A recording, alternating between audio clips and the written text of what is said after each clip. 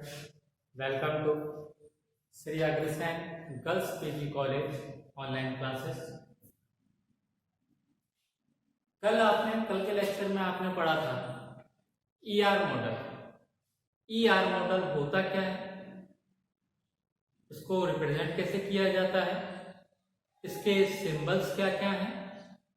आज उन्हीं सिंबल्स के आधार पर हम पढ़ेंगे कंपोनेंट्स ऑफ ईआर। ठीक है, तो आज का हमारा जो टॉपिक है वो ईआर मॉडल के कंपोनेंट। ठीक है, कंपोनेंट्स ऑफ ईआर मॉडल। अब मैं जैसे हमेशा बोलता आया हूं कि आप नाम पे ध्यान दें। जो नाम है टॉपिक का वो अपने आप बखान करता है, वो अपने आप को खुद एक्सप्लेन करता है इसका काम क्या है। जैसे यहां देखिए कंपोनेंट्स। कंपोनेंट्स का मतलब होता है उसके पार्ट्स, उसके भाग जिनकी सहायता से वो कोई भी कार्य कर सकता है, वो उसके कंपोनेंट्स कहलाते हैं। और कंपोनेंट्स किसके? ईआर मॉडल के। और आप पहले ही जानते हैं कि क्लास में पढ़ा था ईआर मॉडल मतलब एंटिटी रिलेशनशिप मॉडल, जिसमें एंटिटीज के मध्य में रिलेशनशिप को रिप्रेजेंट किया जाता है। अब इन एंटिटीज के मध्य में रिलेशनशिप को हम इस कंपोनेंट्स की हेल्प से बताएंगे, रिप्रेजेंट करेंगे। तो इसमें कंपोनेंट्स हैं हमारे, जैसे यहाँ पर है एक चार्ट में बना रहा हूं आपके लिए। इस चार्ट की सहायता से हम समझेंगे ईआर मॉडल। इसमें पहला जो कंपोनेंट्स है वो है एंटिटी। सेकंड जो कंपोनेंट्स है वो है आपका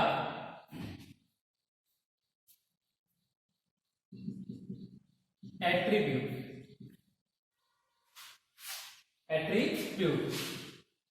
थर्ड जो है वो है रिलेशनशिप। तीन हमारे कंपोनेंट्स हैं यहाँ पर। पहला entity, second attribute, third relationship. ठीक है, तो सबसे पहले हम पढ़ेंगे अब एंटिटी क्या है। एंटिटी है क्या एक्चुअली? तो एंटिटी का मतलब है एक रियल वर्ड एंट्रीज जो कि यूजर के द्वारा की जाती है, वो क्या कहलाएगी? एंटिटी। मतलब जो भी यूजर एंटर कर रहा है, लिख रहा है, वो सब क्या कहलाएंगी? एंटिटी। ठीक है, अब एंटिटी इसमें दो प्रकार की है। पहला है स्ट्रॉन्ग एंटिटी और दूसरा है वीक एंटिटी। पहला है स्ट्रॉन्ग एंटिटी और दूसरा है वीक एंटिटी।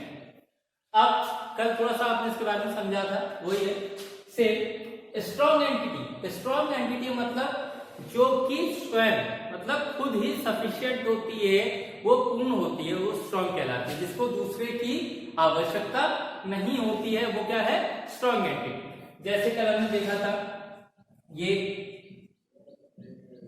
बैंक अपने आप में क्या है? स्ट्रॉन्ग एंटिटी है, क्योंकि बैंक सभी प्रकार का डाटा अपने अंदर रखती है, वो क्या हो गई? स्ट्रॉन्ग एंटिटी हो गई। ठीक है, सेकंड है वीक एंटिटी। वीक एंटिटी कल हमने देखा था बैंक अकाउंट। अब ये आपकी एक वीक एंटिटी है। वीक एंटिटी का मतलब क्या है? जो कि दूसरी एंटिटीज पर निर्भर करती है, वो क्या कहलाती है? Weak entity. जैसे बैंक अकाउंट जब तक आप बैंक का नाम डिक्लेयर नहीं करेंगे तब तक समझ में नहीं आएगा कौन सी बैंक का अकाउंट है। तो ये इस पर डिपेंड है, बैंक। इसलिए ये क्या हो गई? वीक एंटिटी, कमजोर एंटिटी, जो कि निर्भर कर रही है स्ट्रॉन्ग एंटिटी पर। ठीक है, और बैंक हमारी क्या हो गई? स्ट्रॉन्ग एंटिटी हो गई। ठीक है, तो ये आपने पढ़ा एंटिटी क्या होती है। अब दूसरा कंपोनेंट है हमारे पास एट्रीब्यूट। एट्रीब्यूट होता क्या है? एट्रीब्यूट इस एंटिटी के पार्ट्स होते हैं, एलिमेंट्स होते हैं। एक एंटिटी के एलिमेंट्स होते हैं इनके फील्ड्स होते हैं वो कहलाएंगे हमारे एंटिटी के बाद एट्रीब्यूट। ठीक है, अब एट्रीब्यूट भी कुछ होते हैं, कितने प्रकार के हैं हमारे यहाँ पर देखेंगे। सबसे पहला है की एट्रीब्यूट, ठीक है। दूसरा है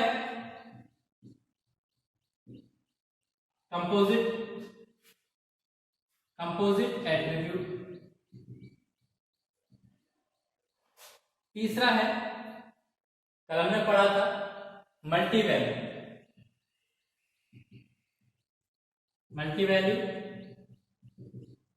एट्रीब्यूट। इसके बाद हमने कल पढ़ा था एक और ड्राइव।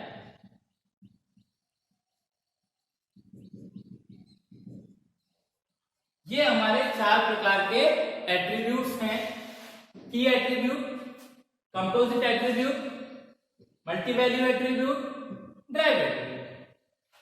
तो सबसे पहला हम ये वाला पढ़ेंगे, फर्स्ट की एट्रीब्यूट। की एट्रीब्यूट का मतलब होता है किसी भी एंटिटी का यूनिक्यू फील्ड। यूनिक्यू का मतलब अद्वितीय मान, जो कि एक ही होगा किसी भी रिलेशन में, किसी भी एंटिटी में, उसके जैसा कोई भी दूसरा नहीं होगा। जैसे अब मान लीजिए एक एंटिटी हम ले लेते हैं, स्टूडेंट की एंटिटी ले लेते हैं, ठीक है। अब यहां पे या फिर ये बैंक की हम एंटिटी ले रहे थे, बैंक की ले लेते हैं। बैंक के अंदर ये आपके एट्रीब्यूट्स हो गए, मान लीजिए तो एक तो हो गया बैंक आईडी, एक हो गया बैंक नेम, एक हो गया फोन नंबर, ठीक है। अब ये जो एट्रीब्यूट्स हैं, इसमें अब बैंक का जो नाम है वो समान हो सकता है ना, नंबर भी समान हो सकता है, बस आईडी डिफरेंट होगी। तो ऐसा फील्ड जो कि केवल एक ही होगा वो आपका की एट्रीब्यूट कहलाएगा, और इसको हम अंडरलाइन से या फिर हैश के द्वारा रिप्रेजेंट करते हैं। इसके द्वारा रिप्रेजेंट करते हैं या तो अंडरलाइन से या हैश के द्वारा, वो क्या कहलाएगा, की एट्रीब्यूट, ठीक है। अब जैसे सेकंड है हमारा कंपोजिट एट्रीब्यूट।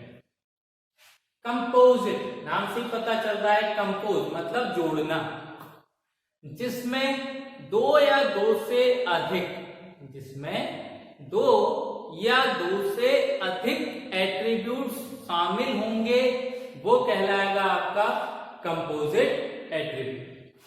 अब जैसे मान लीजिए ये आपका बैंक नेम है, ठीक है। अब इस बैंक नेम में क्या क्या हो सकता है, जैसे यहाँ पे नाम हो सकता है, ठीक है, सिटी हो सकता है, ठीक है। तो ये हमारा क्या हो गया, एक कंपोजिट, मतलब किन किन से मिलकर बनी हुई। ये क्या बता रहा है, जैसे यहाँ पे नाम है, बैंक का नाम क्या है, यहाँ पे बैंक यहाँ हम लिख देते हैं, ठीक है। तो बैंक की जैसे एड्रेस मान लीजिए, इसको हम एड्रेस ले लेते हैं, बैंक एड्रेस। बैंक एड्रेस में क्या क्या होगा, जैसे उसका यहाँ पे सिटी हो जाएगा, ठीक है, ये उसका नाम हो जाएगा, जो स्टेट है ये स्टेट हो जाएगा। तो ये इसके क्या हो गए, कंपोजिट एट्रीब्यूट कहलाएंगे, मतलब इसमें दो या दो से अधिक एट्रीब्यूट से मिलकर एक बनता है, वो कहलाएगा कंपोजिट एट्रीब्यूट, ठीक है। अब थर्ड है हमारा मल्टी वैल्यू एट्रीब्यूट।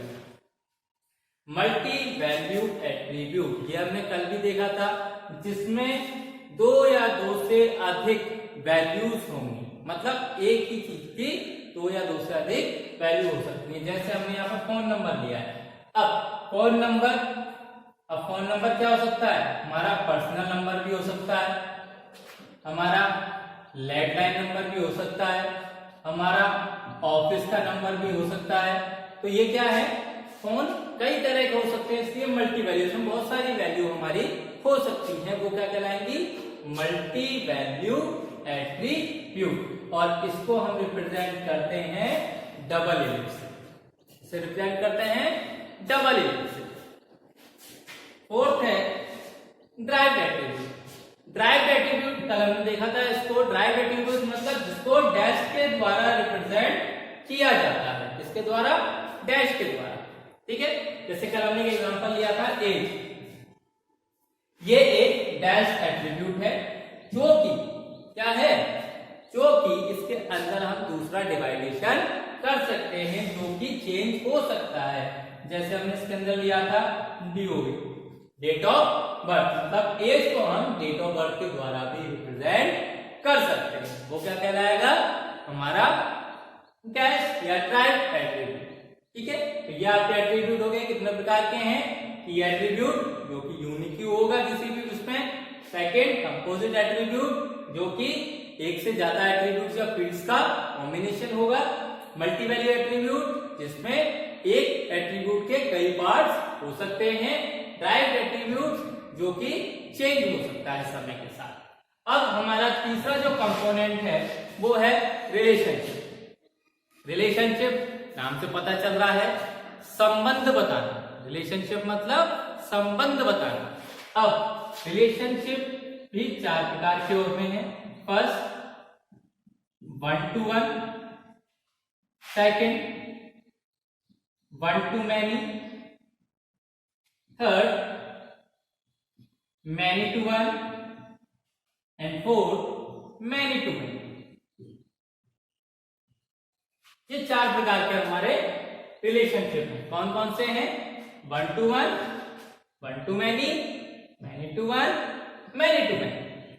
अब ये जो रिलेशनशिप है इसको हम मैपिंग कार्डिनिटी भी कहते हैं। मैपिंग कार्डिनिटी क्यों कहते हैं, क्योंकि ये मैप करता है, ये आपस में रिलेशनशिप को रिप्रेजेंट करता है। अब अगर आप देखें 1 to 1, थोड़ा सा गौर करेंगे, 1 to 1, इसको एक एग्जांपल से लेते हैं हम। जैसे मान लीजिए एक एंटिटी हमारा एक है, ये रहा, और एक एंटिटी हमारी ये है बी। ठीक है, अब ए के अंदर ये हमारे कुछ फील्ड्स हैं, A1, A2, A3। ऐसे ही इसमें है B1, B2, B3। ठीक है, इसको रिप्रेजेंट जब हम करते हैं तो वो इस तरह से करते हैं 1 to 1। ठीक है, 1 to 1। अब यहां देखें इस एग्जांपल के अंदर 1 to 1। 1 to 1 का मतलब है केवल एक का रिलेशन एक से होगा। मतलब ए एंटिटी सेट के एक एलिमेंट का रिलेशन बी एंटिटी सेट के केवल एक एलिमेंट से होगा।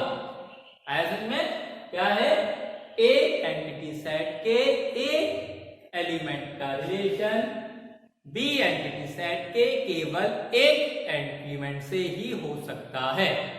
ठीक है, ये है 1 to 1। सेकंड है 1 to many। 1 to many का मतलब इसको रिप्रेजेंट करते हैं हम यहाँ पे, यहाँ 1 और यहाँ many। 1 to many। ठीक है, या फिर हम इसको इस तरह से भी रिप्रेजेंट कर सकते हैं 1 to many, मतलब यहाँ एक है, यहाँ एक से ज्यादा है। अब इसको भी इसी एग्जांपल से इस तरह से समझें। ये हमारा फर्स्ट एग्जांपल था, ये सेकंड के लिए है। ए, B, A1, A2, A3, B1, B2, B3। ठीक है, 1 to many मतलब ए एंटिटी सेट के एक एट्रीब्यूट का रिलेशन बी एंटिटी सेट के एक से अधिक एट्रीब्यूट से हो सकता है। मतलब इसका रिलेशन इससे भी हो सकता है, इसका रिलेशन इससे भी हो सकता है। ठीक है, एक एट्रीब्यूट का रिलेशन बी एंटिटी सेट के एक से अधिक से हो सकता है। ठीक है, और ऐसे भी हो सकता है। तो ये क्या हो गया, 1 to many। थर्ड है आपका many to 1। many to 1 इसको रिप्रेजेंट किया जाता है इस सिंबल से। ठीक है, मतलब यहां पे देखेंगे तो आपको समझ में आएगा many to 1 कि इसमें एक से अधिक एट्रीब्यूट हो सकते हैं, लेकिन यहां पर एक होगा। जैसे मान लीजिए थर्ड एग्जांपल हम ले रहे हैं, ये ए है, ये बी है। ठीक है, ये A1, A2, A3, B1, B2, B3।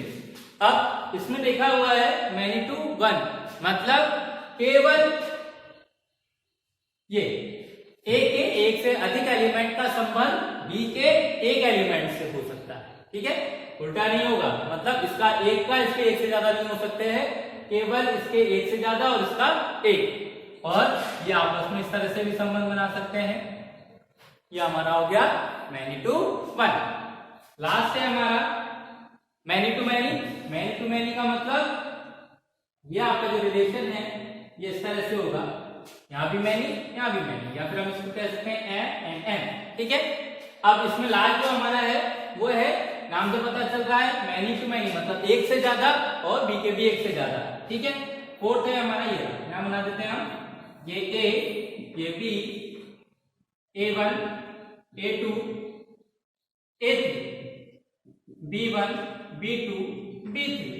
अब किसी का भी संबंध किसी से भी हो सकता है, जैसे ए का इससे भी है, ए का इससे भी है, ठीक है, फिर बी का इससे भी है, ये इससे भी है और ये इससे भी है, मतलब किसी का भी संबंध किसी से भी हो सकता है। ये है हमारा मैनी टू मैनी, ठीक है स्टूडेंट। तो ये आज का जो लेक्चर था हमारा, ये था हमारा कंपोनेंट्स ऑफ ईआर मॉडल। आपने देखा यहाँ पर 3 प्रकार कंपोनेंट है हमारे, एंटिटी, एट्रीब्यूट, रिलेशनशिप। इसके 2 पार्ट थे, strong entity, weak entity. Attribute के 4 हैं, key attribute, composite, multi value और ड्राइवर। रिलेशनशिप के 4 है हमारे, one to many, one to one, one to many, many to one, many to many, ठीक है। आज के लेक्चर में इतना ही, बाकी हम कल के लेक्चर में पढ़ेंगे इसके आगे ईआर मॉडल का एग्जाम्पल। इसमें हम समझेंगे किस प्रकार से इसको रिप्रेजेंट करते हैं और किस प्रकार से इसको डिस्क्राइब करते हैं। Thank you.